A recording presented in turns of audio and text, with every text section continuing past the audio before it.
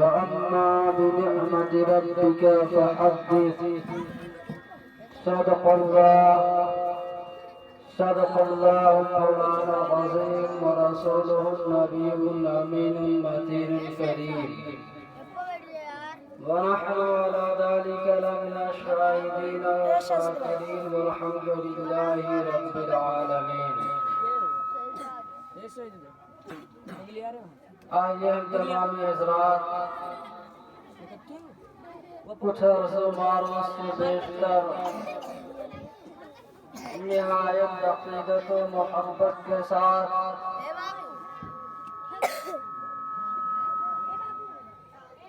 مدنی تاجدار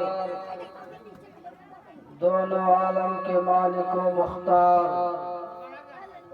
سید ابرار و اخیار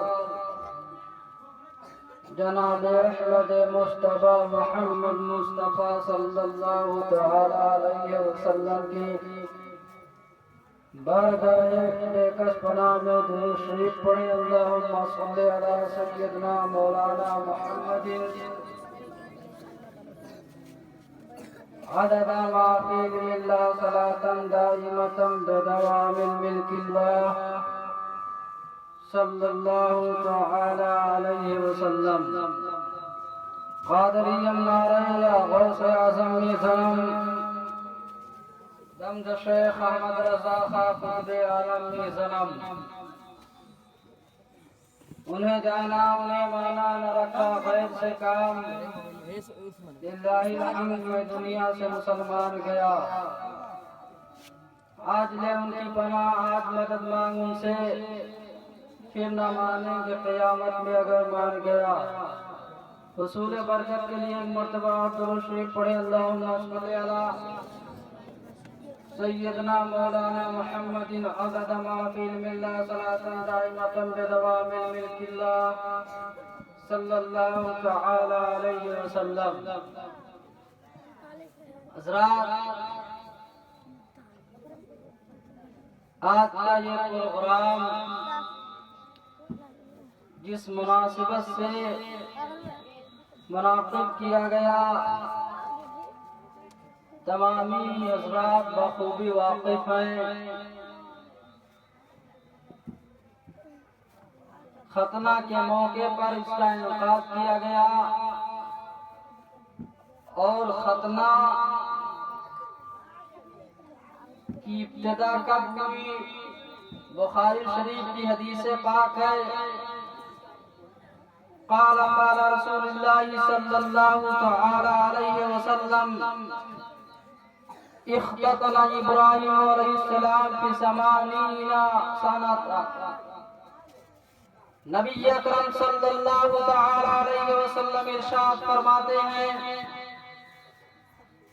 حضرت ابراہیم علیہ السلام نے سب سے پہلے ختنہ آپ نے کروایا اور جب آپ کا ختنہ ہوا اس وقت آپ کی عمر شریف 80 برس کی تھی.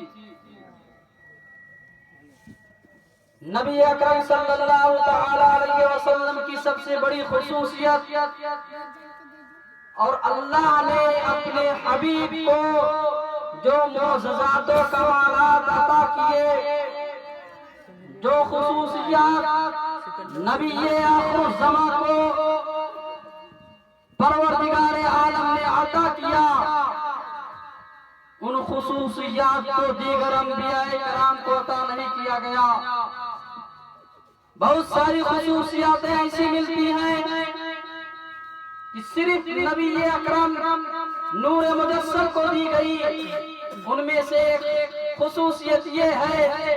اوروں کو تو ختنہ کیا گیا لیکن جب میرے نبی اس دنیا میں پیدا ہوئے اس وقت بیان ہے حضرت عبد المطلب جو ان کی بات ان کے رسول پاک کی جو خوبی تھی ان کا بیان ہے. آپ بیان فرماتی ہیں جس وقت میرا بھتیجا پیدا ہوا اس وقت میں رسول پاک کے حضرت آمنہ کے حجرے میں موجود تھی لیکن جب میں نے چاہا لا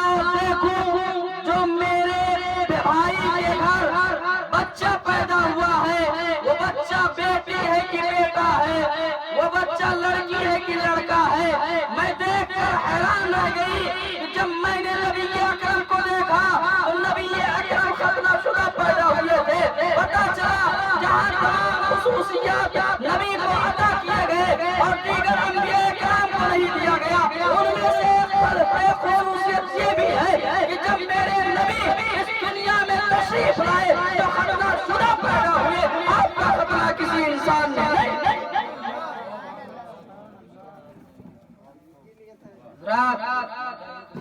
اور آج ہر موقع پر انسان خوشی کا موقع ہو، غم کا موقع ہو، کوئی مر جائے تب بھی، کوئی پیدا ہو تب بھی، ختنہ کرے تب بھی، شادی بیاہ کرے تب بھی، کسی کا کوئی کام مل جائے تب بھی ہر انسان پروگرام کرتا ہے، میلاد کرتا ہے. کچھ لوگوں کو چڑ ہے اس سے بھی، لیکن ہم اور آپ میلاد کرتے ہیں اور بہت سارے بد نصیب، کم نصیب تو نہیں کہا جا سکتا، اس انسان کو بد نصیب ہی کہنا بہتر ہے جو انسان ناچ دیکھنے کے لیے رات کی قربانی تو نیند کی قربانی دے دے رات میں لیکن میلاد میں نہ آئے، وہ کم نصیب نہیں ہے بلکہ بد نصیب ہے. اس لیے کہ نبی اکرم صلی اللہ علیہ وسلم ارشاد فرماتے ہیں وہی انسان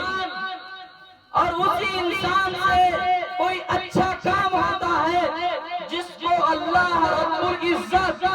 اس کام کے لیے جس کا انتخاب کر لیتا ہے، وہی انسان اچھا کام کرتا ہے. لیکن جو انسان اچھائیوں کی طرف نہ آئے، برائیوں کی طرف جس کے قدم بڑھتے ہوں، گناہوں کی طرف جس کے قدم بڑھتے ہوں، عیاشیوں کی طرف جس کے قدم بڑھتے ہوں، وہ کم نصیبوں میں نہیں بلکہ بد نصیبوں میں آیا ہے. گویا کہ جہاں چند لوگوں کو اللہ رب العزت نے اپنے اور اپنے حبیب کے ذکر کے لیے انتخاب کیا، لیکن تم اتنے بد نصیب ہوئے کہ وہی سوتے رہے، لیکن اللہ رب العزت نے اس جو ہے سعادت مندی سے تمہیں محروم.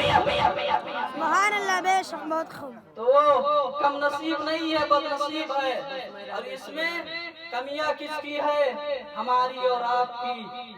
پرورش جیسی ہوگی بچہ ویسا ہوگا. بخاری کی حدیث پاک نبی اکرم صلی اللہ علیہ وسلم ارشاد فرماتے ہیں کلکم رائی وکلکم مسئول عن رعیتہ، تم میں سے ہر ایک نگہداشت ہے اور ہر ایک سے اس کے جو رکھوالے ہیں ان کے بارے میں پوچھا جائے گا. مطلب یہ ہے کہ جو تمہارے تابع ہیں.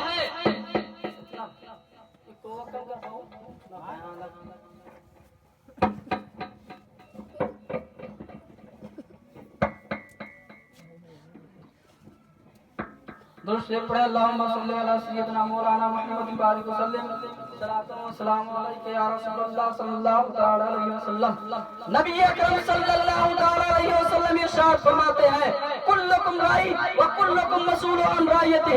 تم میں سے ہر ایک ذمہ دار ہے اور ہر ایک سے اس کے ذمہ داری کے بارے میں پوچھا جائے گا. اس حدیث کا مطلب یہ ہے کہ اگر باپ ہے، اس کے اولاد ہیں، اگر غلط قدم اٹھا رہے ہیں، غلط کام کی طرف ان کے قدم بڑھ رہے ہیں تو باپ سے کل قیامت کے دن پوچھا جائے گا بتا تیرا بچہ گناہوں کی طرف مائل ہو رہا تھا، تو کیا کر رہا تھا؟ جو ذمہ دار ہوگا ہر ایک بروز محشر ہر ایک سے پوچھا جائے گا. مثال کے طور پر اگر علاقے میں کوئی سب سے بڑا عالم ہو اور اس علاقے میں اگر غلط کام ہو رہا ہے تو اس بڑے عالم سے دریافت کیا جائے گا. بروز محشر اس سے پوچھا جائے گا تیرے موجودگی میں تیرے علاقے میں یہ کام ہو رہا تھا، تو استطاعت رکھنے کے باوجود تو کیوں خاموش تھا؟ کل اس کا جواب دے.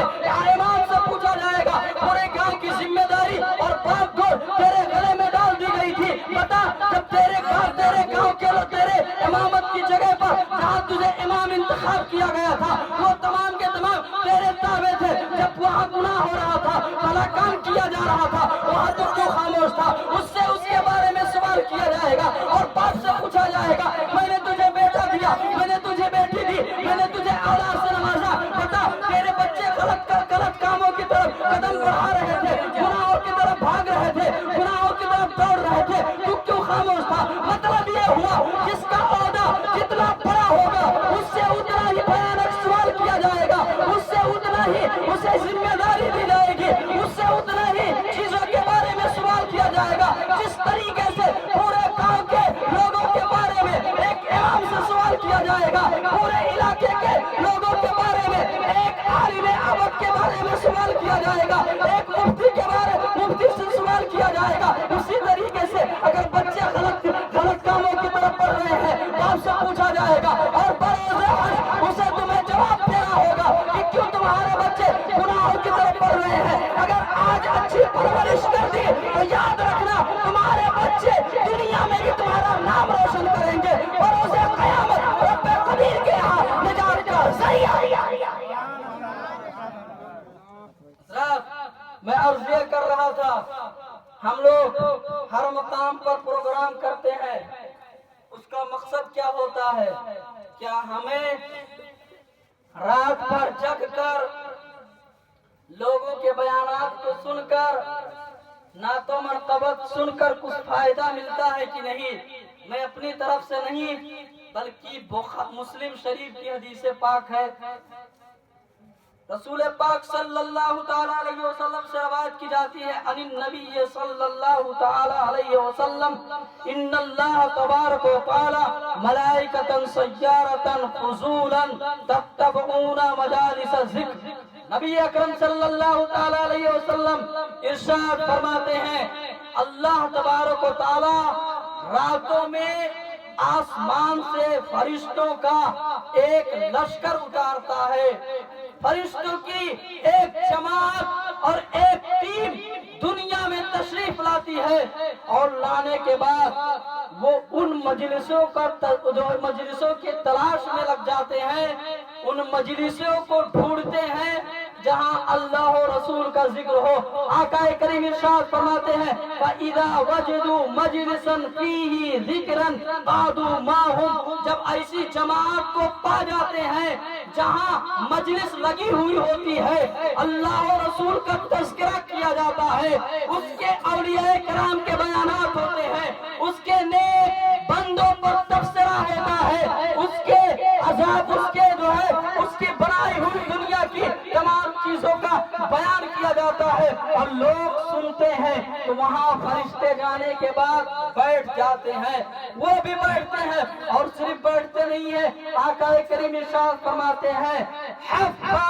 بعضهم بعضا بأذنتهم، اور فرشتے اپنے پروں کو تمام لوگوں پر پھیلا دیتے ہیں، حتی یعملون بینہم وبین السماء والارض، جہاں تک کہ ان لوگوں کے درمیان اور جو کچھ زمین و آسمان کے درمیان ہوتا ہے، فرشتے اپنے پروں سے ان تمام لوگوں کو ڈھک لیا کرتے ہیں اور تمام لوگوں کو سمیٹ لیا کرتے ہیں۔ نبی اکرم صلی اللہ تعالی علیہ وسلم ارشاد فرماتے ہیں، جب لوگ الگ ہوتے ہیں فَإِذَا تَفَرَّقُوا، جب لوگ الگ ہوتے ہیں مجلس ختم ہو جاتی ہے، لوگ اپنے گھر کو جانے لگتے ہیں، فرشتے کیا کرتے ہیں؟ آقا ارشاد فرماتے ہیں، صعیدوا الی السماء، فرشتے آسمان کی طرف جاتے ہیں، آسمان میں جاتے ہیں، پروردگار عالم کی بارگاہ میں حاضر ہوتے ہیں، پروردگار عالم پوچھتا ہے، یسألہم اللہ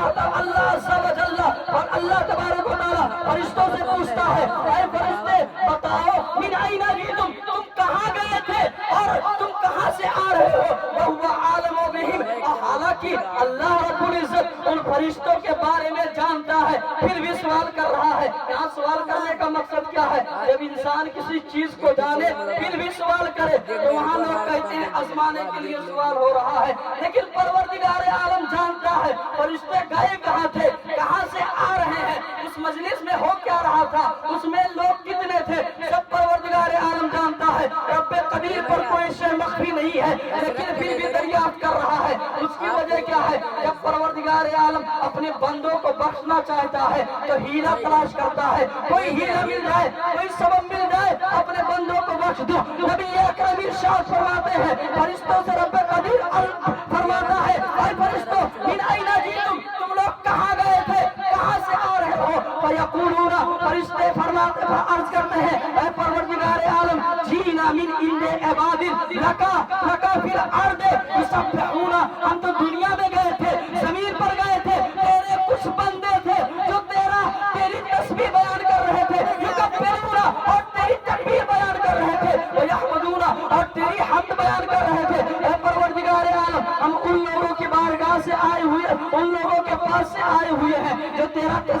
کر رہے تھے، تیری کبریائی بیان کر رہے تھے، تیری حمد و ثنا بیان کر رہے تھے، یسألونک اور تجھ سے مانگ رہے تھے۔ پروردگار عالم کی رحمت جوش میں آ جاتی ہے۔ پروردگار عالم فرماتا ہے اے فرشتوں بتاؤ وہ لوگ مجھ سے کیا مانگ رہے تھے، ما یسألونی مجھ سے کیا طلب کر رہے تھے، مجھ سے کیا چاہتے ہیں۔ پروردگار عالم جب فرماتا ہے فرشتے عرض کرتے ہیں اے پروردگار عالم، فرشتے تجھ سے یسألونک الجنت، تیرا جنت تجھ سے مانگ رہے تھے، وہ لوگ چاہتے تھے کہ تو اسے جنت عطا کر دے۔ پروردگار عالم ارشاد فرماتا ہے حل رہو جنتی، کیا ان لوگوں نے میرے جنت کو دیکھا ہے؟ اور فرشتے عرض کرتے ہیں اے مولا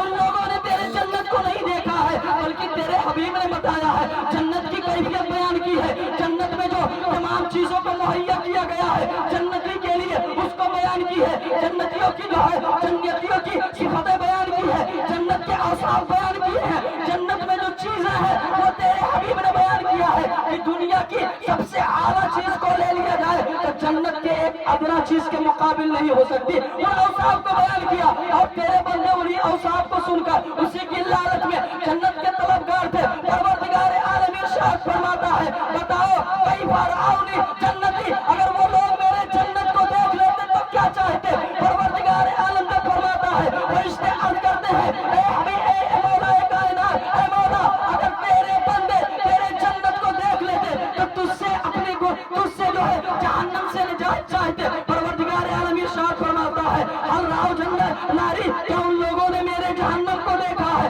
کہا نہیں بلکہ تیرے حبیب نے بیان کیا، جہنم کی بھیانکیوں کو بیان کیا، جہنم کی خوفناکیوں کو بیان کیا کہ جہنم کی خوفناکی اتنی ہے اور اس کی تپش اتنی ہے کہ حدیث مبارکہ ہے نبی اکرم ارشاد فرماتے ہیں اگر سوئی کے نوک کے برابر اگر کھول دیا جائے پوری دنیا جل کر راکھ ہو جائے گی، اور یہ جو آگ پائی جاتی ہے یہ 70,000 مرتبہ جنت کے پانیوں سے دھلا گیا، اس کے بعد دنیا میں بھیجا گیا، پھر بھی اس کی تپش کا عالم یہ ہے ان تپشیوں کو سننے کے بعد، ان خوفناکیوں اور بھیانکیوں کو سننے کے بعد اسی وجہ سے جہنم سے نجات چاہتے تھے۔ پروردگار عالم ارشاد فرماتا ہے اے فرشتہ بتاؤ کیا ان لوگوں نے میرے جہنم کو دیکھا ہے؟ فرشتے عرض کرتے ہیں مولا ان لوگوں نے جہنم کو نہیں دیکھا۔ اللہ رب العزت ارشاد فرماتا ہے کیف لو رآنی ناری، اگر وہ لوگ میرے جہنم کو دیکھ لیتے تو کیا ہوتا؟ فرشتے عرض کرتے ہیں مولا اگر وہ تیرے جہنم کو دیکھ لیتے تو اپنے گناہوں کی مغفرت مانگتے، اپنے گناہوں کی بخشش مانگتے۔ پروردگار عالم کی رحمت جوش میں آتی ہے اور رب قدیر ارشاد فرماتا ہے اے فرشتوں سنو قد غفرت بہ، ان لوگ جو حاضر تھے اور اپنے گناہوں کی مغفرت چاہتے تھے تم لوگ گواہ ہو جاؤ، ان لوگوں کی گناہوں کو میں نے بخش دیا۔ سبحان اللہ بے شک اللہ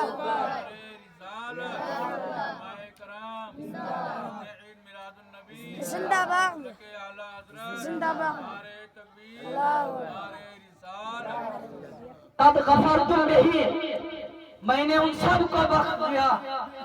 وَمَا آتَيْتُم مَا سَأَلُوا، اور جو ان لوگوں نے مانگا اس کو بھی عطا کر دیا، جن چیزوں کو ان لوگوں نے درخواست کی اے فرشتوں گواہ ہو جاؤ میں نے ان سب کو بخش دیا۔ فرشتے کہتے ہیں فَيَقُولُونَ، فرشتے عرض کرتے ہیں اے پروردگار عالم تجھے تو بخوبی معلوم ہے، تو ہر چیز کو جانتا ہے، لیکن ہم بتا دیں اس میں تیرا ایک بندہ ایسا بھی تھا فلان فیہ فلان عبد خطاء، اس میں ایک بہت گنہگار کاپی کار سیاہ کار تیرا بندہ بھی تھا، بہت گناہ تھا، بہت گنہگار تھا، اس کے گناہوں کے اس گاؤں میں کسی کے گناہ نہیں تھے، اور وہ حالانکہ تیرے حبیب کے ذکر کو سننے کے لیے نہیں آیا تھا، تیرا تذکرہ سننے کے لیے نہیں آیا تھا، اللہ اور رسول کے تذکرے کی سننے کی نیت سے وہ نہیں آیا تھا۔ لما مرہ فجلس فیہم، اس راستے سے گزر رہا تھا، جب دیکھا کہ کچھ لوگ اکٹھا ہے، کچھ ہو رہا ہے، تو گزرتے ہوئے راستے سے ان میں بیٹھ گیا۔ اے پروردگار عالم تو نے کیسے سب کی بخشش کا جو ہے بخشش کی مغفرت کی، تو نے ضمانت لے لی، حالانکہ اس میں ایک خطا کار بھی ہے، پاپی کار بھی ہے، سیاہ کار بھی ہے، بدکار بھی ہے، اور وہ تیرے حبیب کے تذکرے کو سننے کی غرض سے اس محفل میں نہیں آیا تھا بلکہ جا رہا تھا، جب دیکھا لوگ اکٹھا ہے بیٹھ گیا، اس نیت سے بیٹھا تھا، اس نیت سے نہیں آیا تھا، تو نے سب کو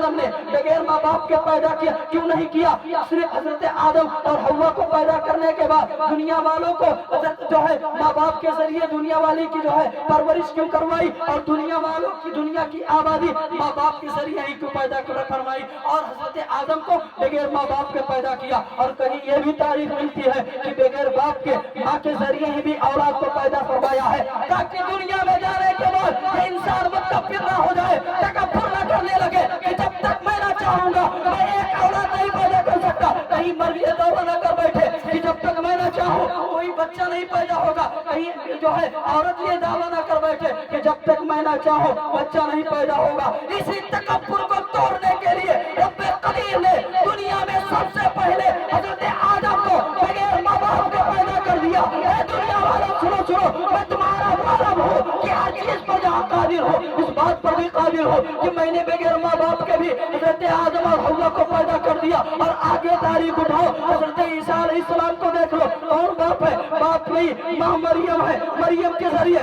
حضرت عیسیٰ علیہ السلام کی ولادت ہو گئی۔ رب قدیر نے یہ پیغام دے دیا، اے مردو کبھی اپنے آپ پر یہ نازا مت ہونا، اپنے آپ میں یہ تکبر مت کر لینا، کبھی یہ جو غرور میں بتانا کہ بغیر میرے بیوی کے قریب جائے بادشاہ نہیں ہوگا، بلکہ میں وہ رب ہوں کہ بغیر باپ کو بھی بچوں کو پیدا کر لینا چاہتا ہوں۔ لیکن پھر پروردگار عالم نے ماں باپ کا وسیلہ کیوں بنایا کہ ماں باپ کے ذریعے ہی بچوں کی پیدائش کروائی اور ان کی ولادت کروائی؟ اس کی وجہ یہ ہے تاکہ بچوں کی پرورش کون کرے گا، بچوں کی تربیت کون کرے گا؟ اس لیے رب قدیر نے ماں باپ کے ذریعے بچوں کو پیدا کروائی۔ آقا کریم ارشاد فرماتے ہیں، نبی اکرم ارشاد فرماتے ہیں، جس انسان کو بچہ ہو فاطمہ ہونا تو اسے چاہیے کہ اچھی تعلیم و تربیت دے، پاسا ہونا اور اس کو اچھے جو ہے اچھے طریقے سے اس کے ساتھ حسن و سلوک کرے، اور جب بچہ بالغ ہو وقت پر اس کی شادی کر دے۔ اگر وہ بالغ ہوا وَإِن لَمْ يَكُنْ، اور اگر وہ بالغ ہو جائے اور اس کی شادی نہ کرے، اور اگر وہ انسان خطاؤں میں اور گناہوں میں ملوث ہو گیا فَإِنَّمَا إِثْمُهُ عَلَىٰ أَبِيهِ، تو اس بچے کا گناہ اس کے باپ پر لکھا جائے گا۔ اس کا صاف مطلب یہی ہے کہ بچوں کو ماں باپ کے ذریعے اسی لیے پیدا کیا گیا کہ بچوں کو ماں باپ جو ہے اچھے راستے کی طرف انہیں لے جائے اور اچھا راستہ بتائے، برائیوں سے روکے، بھلائیوں کی طرف ترغیب دلائے۔ اگر ماں باپ نے بچوں کی اچھی پرورش نہیں کی ہے تو یاد رکھنا جہاں بروز حشر اس بچے سے دریافت ہوگا، اس گناہوں کے بارے میں پوچھا جائے گا، وہی تم سے بھی دریافت کیا جائے گا کہ تم نے اپنے بچوں کو تعلیم و تربیت سے کیوں نہیں آراستہ کیا۔ جہاں تمہارا بچہ گناہ کا مستحق ہوگا وہی تم بھی بروز حشر گناہ کے مستحق ہو۔ اس لیے اچھی تعلیم و تربیت سے آراستہ کرو۔ اور سنو، بچہ 6 سال تک ہے اور کوئی غلط کام کرے 7 سال تک، فقہائے کرام نے سن شعور تک بچے کی رخصت دی ہے۔ اگر بچہ 7 سال ہو کفر وقت ہے 7 سال سے پہلے تو اس پر تکفیر کا حکم نہیں لگایا جاتا ہے۔ بچہ 7 سال ہے، ماں اگر قبلہ کی جانب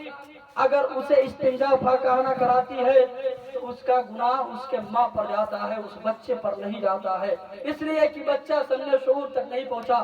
سن شعور تک پہنچنے کے بعد فقہائے کرام اس پر احکام کو نافذ کرتے ہیں، اس سے پہلے نافذ نہیں کرتے ہیں۔ اس لیے اپنے بچوں کی نابالغی میں جب بچہ سن شعور نہ ہو اسے اچھے طریقے سے اور اسلام کے دائرے میں اس کی پرورش کرو، اور اسلام کے دائرے میں رہ کر اس کے ساتھ حسن سلوک کرو، ورنہ بچہ گناہ کرے گا تو یہ مت سوچو کہ وہ مرفوع القلم ہے۔ حدیث پاک کے نبی اکرم ارشاد فرماتے ہیں، رفع القلم عن ثلاثۃ، 3 لوگوں سے قلم کو اٹھا لیا گیا، مطلب 3 لوگ اگر گناہ کریں تو ان کے نام اعمال میں گناہ نہیں لکھا جاتا ہے۔ النائم حتی یستیقظ، ایک سونے والا جب تک کہ بیدار ہو جائے، اگر کوئی سوتے حالت نوم میں اپنی بیوی کو لاکھ طلاق دے تو طلاق نہیں پڑتی ہے، اس لیے کہ وہ انسان اس وقت مکلف نہیں ہوتا ہے، اور جب مکلف نہیں ہوگا تو اس پر احکام شرع نافذ نہیں ہوتے ہیں۔ دوسرا المجنون، وہ انسان جس کا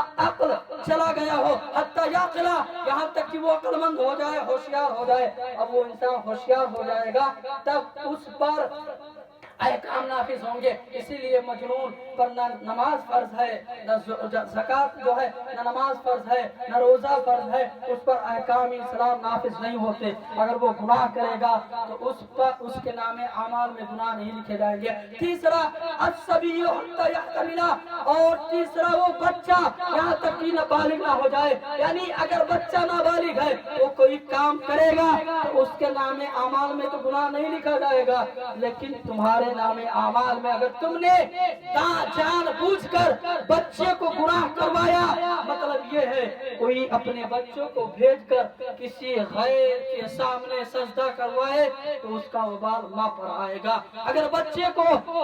قبلہ جانب استنجا پاخانہ اگر ماں یا باپ کرائے تو اس کا وبال ماں باپ پر جائے گا. اگر گالی بکوائے اپنے نابالغ بچوں کو، اپنے چھوٹے بچوں کو ماں باپ سکھا کر گالی بکواتی ہیں کہ فلاں کو گالی دے تو اس بچے پر گناہ نہیں لکھا جائے گا بلکہ اس کے ماں باپ پر لکھا جائے گا. اس کا صاف مطلب یہ ہے، حدیث پاک میں نبی اکرم نے جو ارشاد فرمایا کہ اگر بچہ نابالغ ہے اور اس کے ماں باپ اس سے غلط کام کروا رہے ہیں تو اس کے ذمہ دار وہ بچہ نہیں ہوگا بلکہ ماں باپ ہوں گے، اس کا گناہ اس پر لکھا جائے گا. اس لیے ہوش کے ناخن لو، اپنے بچوں کی اچھی تعلیم و تربیت سے آراستہ کرو، اپنے بچوں کو زیور علم سے آراستہ کرو. تمہارا بچہ اگر علم کے زیور سے آراستہ ہوگا تو دنیا میں بھی کامیاب ہوگا، آخرت میں بھی کامیاب ہوگا. ہمارا